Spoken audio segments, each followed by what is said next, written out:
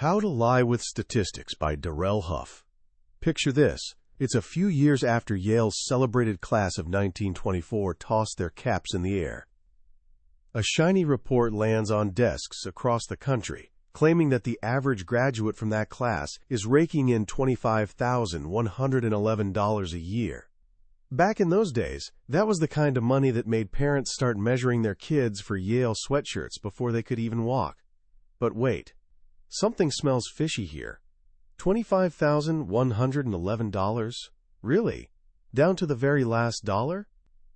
How on earth could anyone track down the precise income of thousands of scattered graduates, with all their quirky side hustles and mysterious investment portfolios? Most of us can barely calculate our own yearly earnings without a minor existential crisis. And right there the curtain lifts on the greatest show on earth. A number, dressed up in a fancy suit of scientific precision, struts onto the stage. It looks so official, so trustworthy. After all, numbers don't lie, right? Well, here's the uncomfortable truth. They absolutely do. Numbers can be twisted, spun, and contorted to whisper whatever story their handler wants you to hear. Back in 1954, a sharp-eyed journalist named Darrell Huff decided he'd had enough of this nonsense. He wrote a deceptively thin book called How to Lie with Statistics, and it's aged like fine wine. This isn't some dusty textbook that'll put you to sleep. Think of it as a cheat code for modern life, a secret decoder ring for navigating a world drowning in charts, graphs, and numbers, screaming at you from every screen. Huff wasn't some ivory tower mathematician. He was a journalist who understood how words and numbers could dance together to seduce your brain and occasionally to rob you blind. He wrote this book as a kind of self-defense manual. The con artists, the slick advertisers, the smooth-talking politicians, they already knew these tricks inside out. Huff wanted honest people to learn them too, not to become tricksters themselves, but simply to stop being suckers. And here's the thing, his warning is even more vital now than it was 70 years ago. Statistics rain down on us constantly, from our phones, our news feeds, from people desperately trying to sell us everything from vitamins to political candidates. So here's my promise. Stick with me, and by the end of this journey, you'll have developed a kind of X-ray vision. You'll be able to peek behind any statistic, poll, or fancy graph and spot the puppet strings.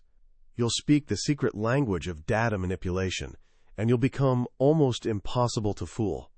This isn't just about protecting yourself from bad math. It's about learning to think clearly when everyone around you is trying to cloud your judgment. Ready? Let's dive in. Here's the foundational secret that changes everything. Nearly every statistic you've ever encountered comes from something called a sample. If you want absolute certainty about how many red and white beans are swimming around in a massive barrel, there's only one guaranteed method: count every single bean. But who has that kind of time? So we compromise. We reach in, grab a handful, and cross our fingers that our handful mirrors the whole barrel. That little handful? That's your sample. When chosen carefully, it can reveal astonishing truths about the entire barrel with remarkable accuracy. But when chosen carelessly, well, that's where the lies start multiplying. Huff calls this the sample with the built-in bias. And it's the original sin of dodgy statistics. Here's a thought experiment. Imagine a newspaper wants to prove its readers are intellectual heavyweights compared to regular folks. A serious polling organization like Gallup would invest serious money and effort to carefully select a proper cross-section of society. They might discover that about a third of people have never even heard of the metric system. But our newspaper takes a shortcut. They print a little coupon and ask readers to clip it out and mail it back. When the results arrive, they proudly trumpet that 98% of their readers are metric system experts. See what happened there? Who actually bothers to cut out a coupon, fill it out, find a stamp, and mail it in? Only the people who already know and care about the topic. Everyone else tossed that newspaper in the recycling without a second thought. This is a self-selected sample, and it's about as reliable as a chocolate teapot. It doesn't reflect the newspaper's readers. It reflects the tiny, motivated slice of readers who chose to participate. Now let's circle back to that suspiciously precise Yale salary. How did they conjure up $25,111? They sent out surveys to graduates. But who actually responds to income surveys decades after graduation? First problem, finding people. The university lost track of many alumni over the years. Who are these missing graduates? The successful ones? Unlikely. Successful people are easy to find in directories like Who's Who. The missing ones are probably the folks who didn't set the world on fire. The struggling artists, the retail clerks, the people whose careers didn't quite match their youthful dreams. This entire group, which would drag the average down, never made it into the sample. Second problem, among those they did find, who bothers filling out the form? The people proud of their paychecks. The person embarrassed by their modest income is far more likely to accidentally lose that questionnaire in the trash. So the final sample consists entirely of successful graduates who could be tracked down and who were eager to brag about their earnings. That $25,000 figure doesn't represent the typical Yale graduate. It represents the cream of the crop, who wanted everyone to know they were the cream of the crop. The sample was hopelessly biased from the start. This same bias lurks everywhere. A psychiatrist might announce that everyone is neurotic, but his entire sample consists of his patients, people who showed up precisely because they were struggling. You always have to ask, who did they actually talk to? If the sample is rotten, the conclusion is worthless, regardless of how scientific it sounds. The most spectacular example of this was the Literary Digest poll in 1936. They surveyed millions of people and confidently predicted that Landon would crush Roosevelt in the presidential election. They were hilariously, catastrophically wrong. Why? Because they pulled their sample from telephone directories and magazine subscription lists. In 1936, during the depths of the Great Depression, people who could afford phones and magazines were considerably wealthier than average voters, and they leaned heavily Republican. The sample was economically skewed, and it predicted an election result that never came close to reality. So your first question, when confronted with any statistic, should always be, where did this data actually come from? Was the sample truly random, or was it biased from the very beginning? Because if the foundation is cracked, the entire structure is doomed. But let's say someone has a perfectly good, genuinely unbiased sample. They can still bamboozle you beautifully. One of the most elegant tricks is hiding behind the word average. Imagine I'm a real estate agent trying to sell you a house in a new development. I lean in with a knowing smile and whisper, "You're going to love this neighborhood. The average income here is about £10,000 a year." You're impressed and you sign on the dotted line. A year later, I'm back, this time collecting signatures to fight a tax increase. I hand you a petition and say earnestly, "We have to stop this. After all, the average income in this neighborhood is only £2,000 a year." Did I lie to you? Technically, no. Both figures can be perfectly legitimate, mathematically correct averages calculated from identical data. The trick is that average is a slippery little word that can mean three completely different things: the mean, the median, or the mode. That impressive £10,000 figure was the mean. This is what most people think of as average. You add up everyone's income and divide by the number of people. The problem is that outliers can yank the mean around like a puppet. Most of your neighbors are modest farmers and retirees, but 3 millionaires live up on the hill. Their massive fortunes drag the mean way up, creating a number far higher than what almost anyone in the neighborhood actually earns. It's entirely possible for nearly everyone to be below average. That smaller £2,000 figure was the median. The median is the person standing in the middle. Line everyone up by income, and the median is whatever the person in the center position makes. Half earn more, half earn less. It's a much better snapshot of the typical person's reality and isn't distorted by those millionaires on the hill. Then there's the mode, which is simply the most common number. If more families earn £3,000 than any other specific amount, that's your modal income. So when a company boasts that its average employee salary is $75,000, you need to ask, which average? If it's the mean, that number might be artificially inflated by the CEO's multi-million-dollar package, while most workers make far less. If it's the median, you know half the employees make more and half make less, which tells a much more honest story. Whenever someone throws around the word average, without specifying which type, they're probably choosing whichever version makes their case look best, and your skepticism alarm should start ringing. But the deception doesn't stop there. Some of the sneakiest statistics are defined by what they're hiding. Huff calls these the little figures that are not there. You've seen the toothpaste commercial. Users report 23% fewer cavities with Sparkle Bright. There's even a certificate from an independent laboratory. Sounds bulletproof. But if you dig through the microscopic fine print, you might discover the test group consisted of exactly 12 people. With such a tiny sample, random chance can create almost any result imaginable. Flip a coin a dozen times, and you might get 8 heads, but that doesn't prove the coin is rigged. It's just luck. The Sparkle Bright company could run a dozen of these small tests. 10 might show no effect, or even worse results. But by sheer probability, one test is likely to show dramatic improvement. So what do? They quietly bury the 10 disappointing results and trumpet the one success story from every billboard. They're not technically lying about that one test. They're just conveniently forgetting to mention all the others. Another critical missing piece is the measure of reliability or probable error. This is especially important with something like IQ tests. Say one child, Peter, scores 98 on an IQ test, while another child, Linda, scores 101. Easy conclusion. Linda is smarter, right? Not so fast. Any decent IQ test comes with a probable error.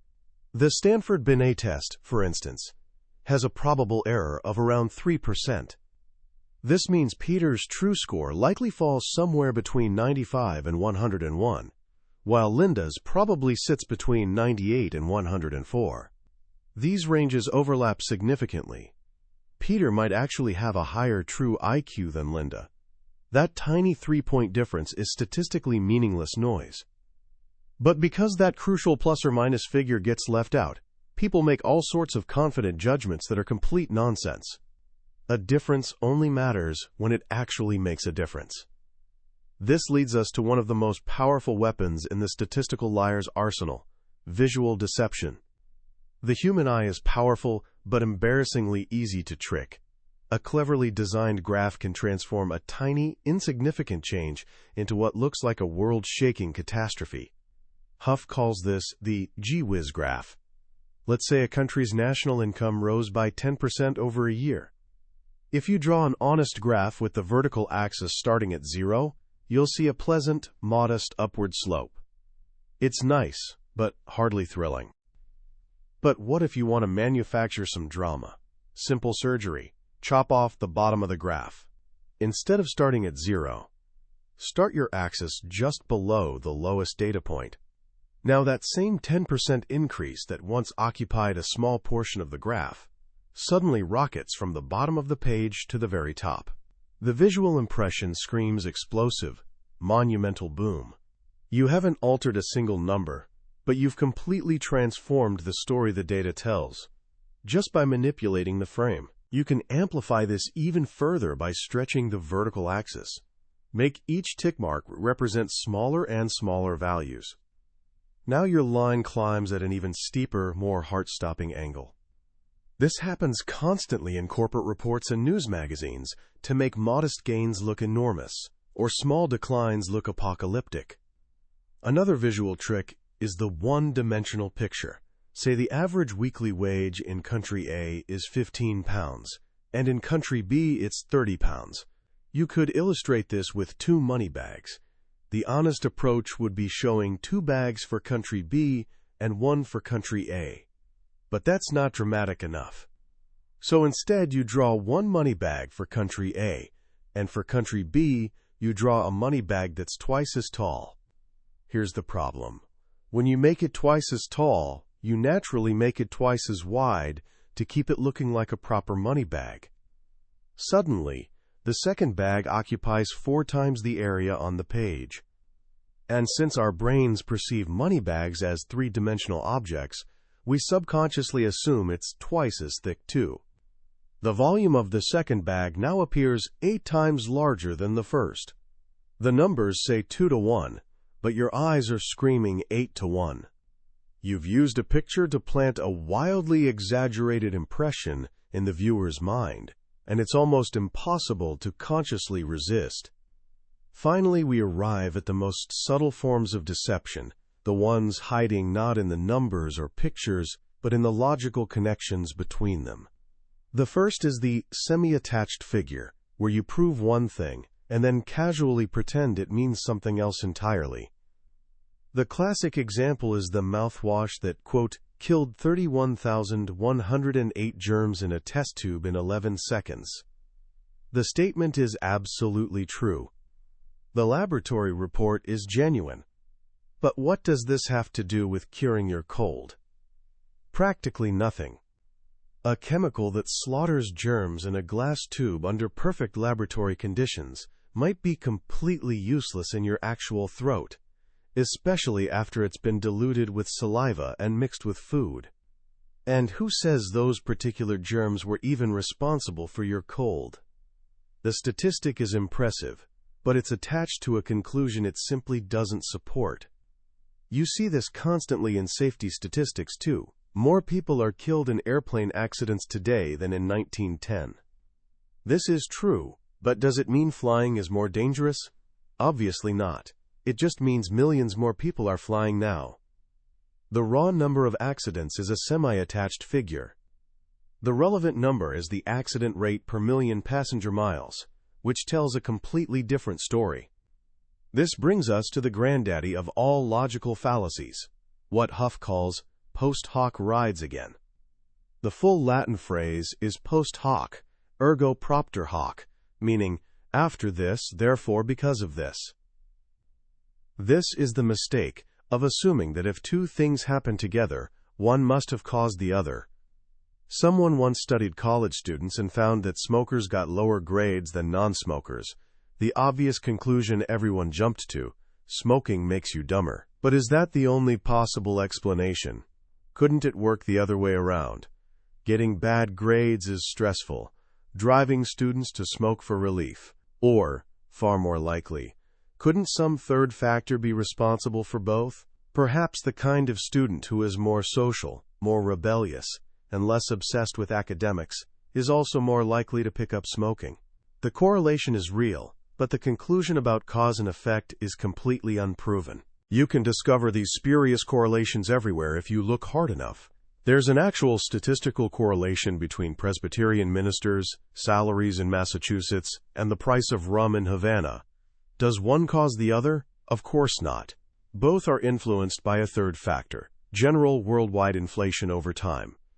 This fallacy gets used constantly to prove that college education causes higher income. It's true that college graduates typically earn more, but they don't necessarily earn more because they attended college. Universities tend to attract 2 groups disproportionately: very bright people and very wealthy people. Bright people might have earned more anyway thanks to their intelligence, and wealthy people have connections and family resources that give them advantages regardless of their degree. The college diploma might just be a symptom of pre-existing advantages, not the magical cause of future success.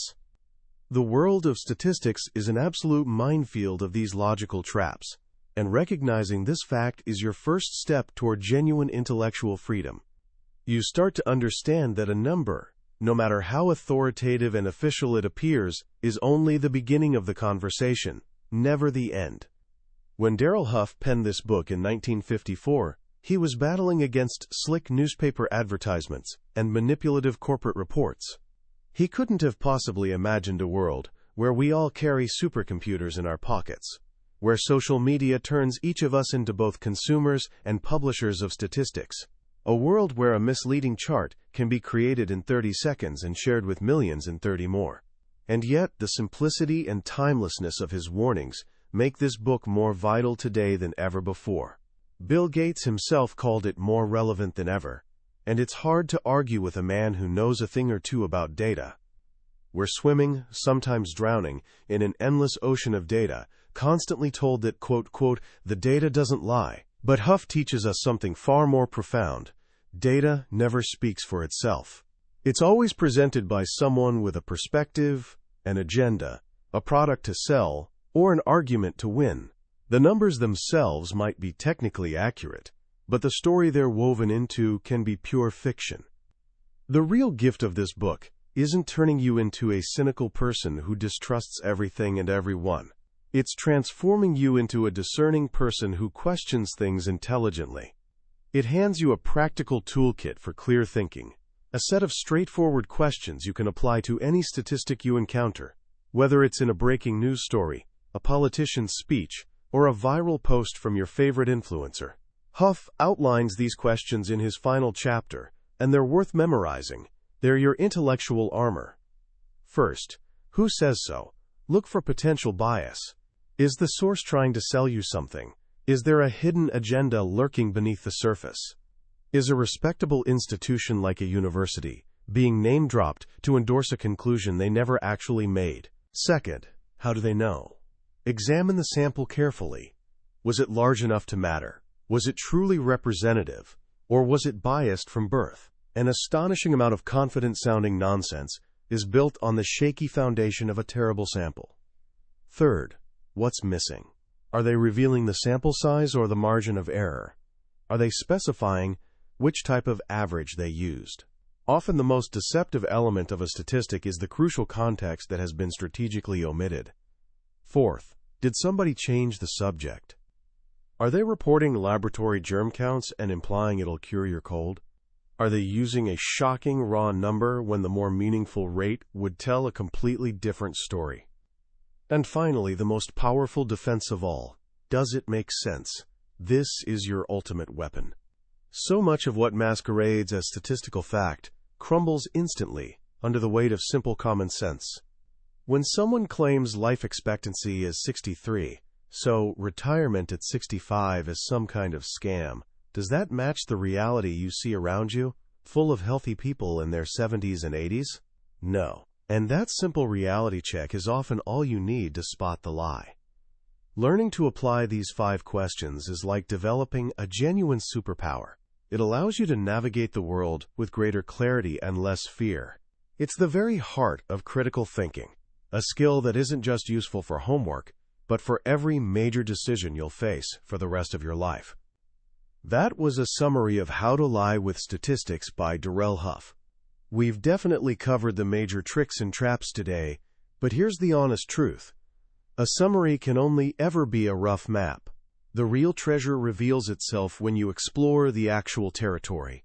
The true magic happens when you read the book itself, and some particular story or simple phrase from Huff suddenly clicks in your mind in an unexpected way.